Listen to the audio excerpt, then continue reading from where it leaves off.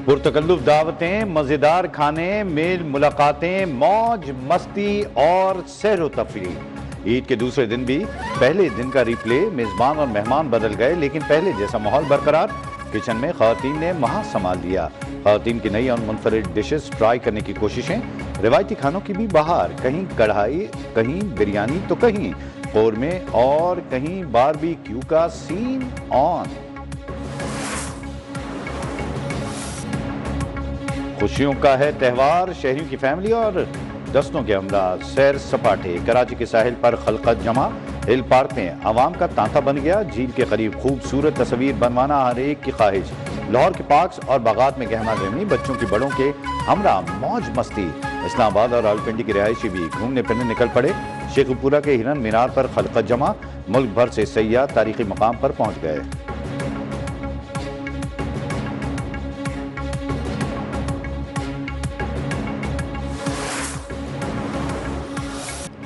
मुल्क के तमाम शहरों में ईद उल फितर के दूसरे रोज भी गहमा गहमी। होटलों, रेस्टोरेंट्स, आइसक्रीम पार्लर्स और सिनेमा घरों में रश। बच्चे और बड़े मिठाइयों, केक, आइसक्रीम और कुल्फियों पर हाथ साफ करने में मसरूफ।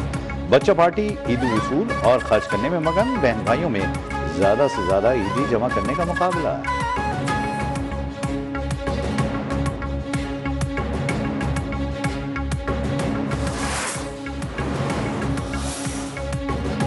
ईद है तो दोस्तों के साथ पार्टी तो बनती है। रात अपनों की संगत और गपशप होगी बसर। खवातीन का भी है अपनी सहेलियों के साथ वक्त गुजारने का प्रोग्राम। बुजुर्ग भी अपनी महफिलें जमाए बैठे हैं। हर शख्स अपनी दिलचस्पियों में मगन है।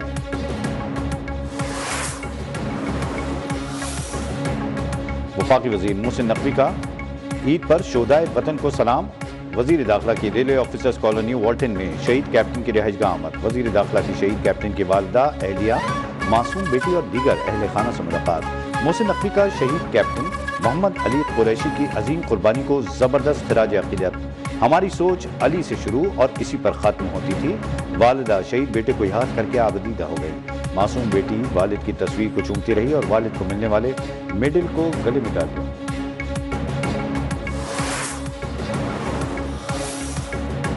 Naval chief admiral Naved Ashraf का कोस्टल क्रीक्स में अगले मोर्चों का दौरा। नेवल चीफ की जना नेवल बेस और ओमाड़ा, ग्वादर क्रीक्स और में अफसरान जवानों से मुलाकात। नेवल चीफ ने ईद उल फितर पर फराइज की अंजामदही पर जवानों के आज़म हिम्मत को सराहा। कहा, दिफाए वतन की जिम्मेदारी को ज़ाती खुशियों पर मुकद्दम रखना पाक बहरिया की रिवायत है। जवानों का अज़्म इस अमर की इजहार है कि मुल्क की दिफा मजबूत हाथों में है।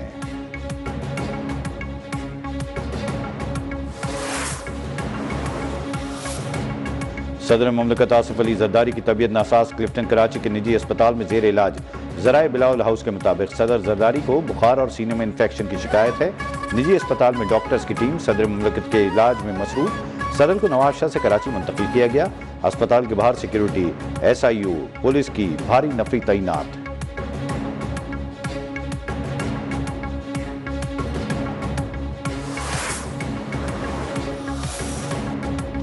वजीर आजम का पंजाब, KPK और सिंध के गवर्नर से राबता। आज़ाद कश्मीर के वजीर आजम, गिलगित बल्तिस्तान के गवर्नर को भी फोन। ईद की मुबारकबाद, नेक ख्वाहिशात का इजहार। मुल्क की मजमूई सूरत हाल पर तबादला ख्याल। वजीर आजम ने कहा कि सिंध की तरक्की से ही पाकिस्तान की तरक्की जुड़ी है। अवाम की फलाह व बहबूद तरजीहात का हिस्सा है।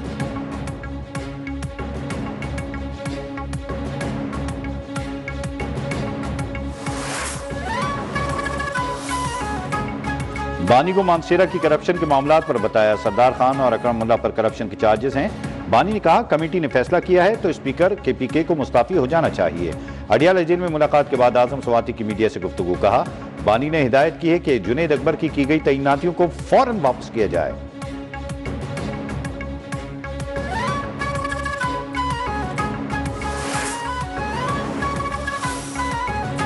बानी PTI से मुलाकात से कबल गेट 5 पर तनाज़ा। सलमान अकरम राजा को मुलाकात की इजाजत न मिली। ये कैसे हो सकता है कि मैंने नाम दिया और मुझे ही मुलाकात की इजाजत नहीं मिली? सलमान अकरम राजा का शिकवा।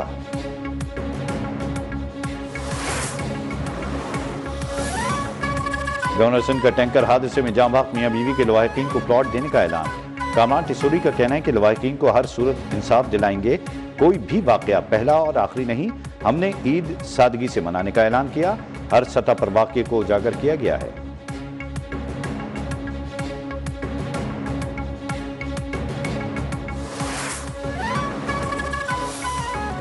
आइन के मुताबिक पन बिजली घरों से हासिल मुनाफा मुतालिका सूबों को मिलता है। सूबों को मिलने वाली रकम की शरह का तयन मुश्तरका मफादात काउंसिल ने करना है।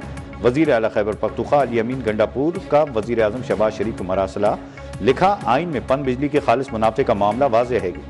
KCM फार्मूले के तहत 1992 में उस वक्त के शुमाल मगरबी सरहदी सूबे को 6 अरब रुपए की पहली अदायगी हुई।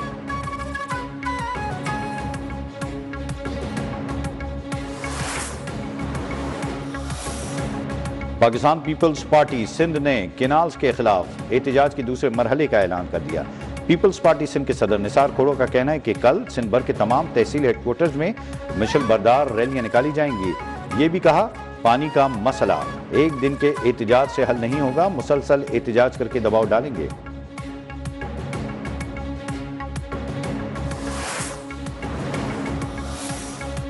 गैर कानूनी गैर मुल्की अफगान सिटीजन कार्ड होल्डर्स का इनखलाब, पाकिस्तान छोड़ने की डेडलाइन खत्म हो चुकी।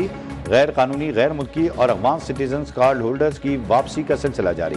हुकाम के मुताबिक साल 2013 से अब तक 65 लाख अफगान मुहाजिरीन को तोरखम बॉर्डर के रास्ते अफगानिस्तान वापस भेजा जा चुका। हुकूमती फैसले के खिलाफ वर्जी करने वाले अफराद के खिलाफ सख्त कानूनी कार्रवाई अमल में लाई जाएगी।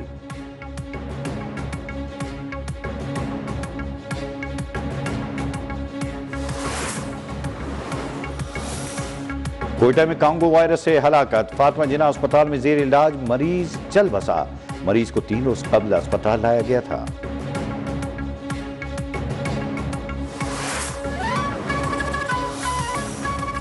बरतानी अखबार में ऑस्ट्रेलियाई लेग स्पिनर शेन वॉर्न की मौत के बारे में होशुबा इंकशाफात। डेली मेल ने दावा किया है कि शेन वॉर्न की मौत की वजह सिर्फ दिल का दौरा नहीं थी, मरने से कबल शेन वॉर्न ने मुमकिन तौर पर ममनुआ दवा इस्तेमाल की थी।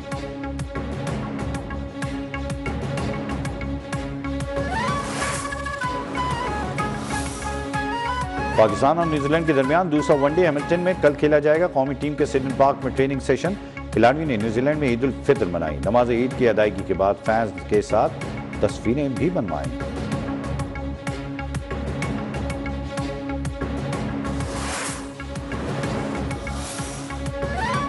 कौमी टीम के ओपनर इमाम उल हक कहते हैं, चैंपियंस ट्रॉफी के बाद टीम का मोराल बेहतर नहीं।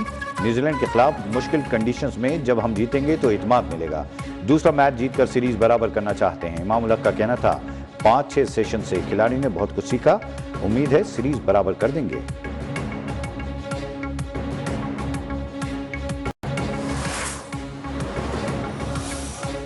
न्यूजीलैंड को बड़ा धचका, चैपमैन पाकिस्तान के खिलाफ दूसरे वनडे से बाहर।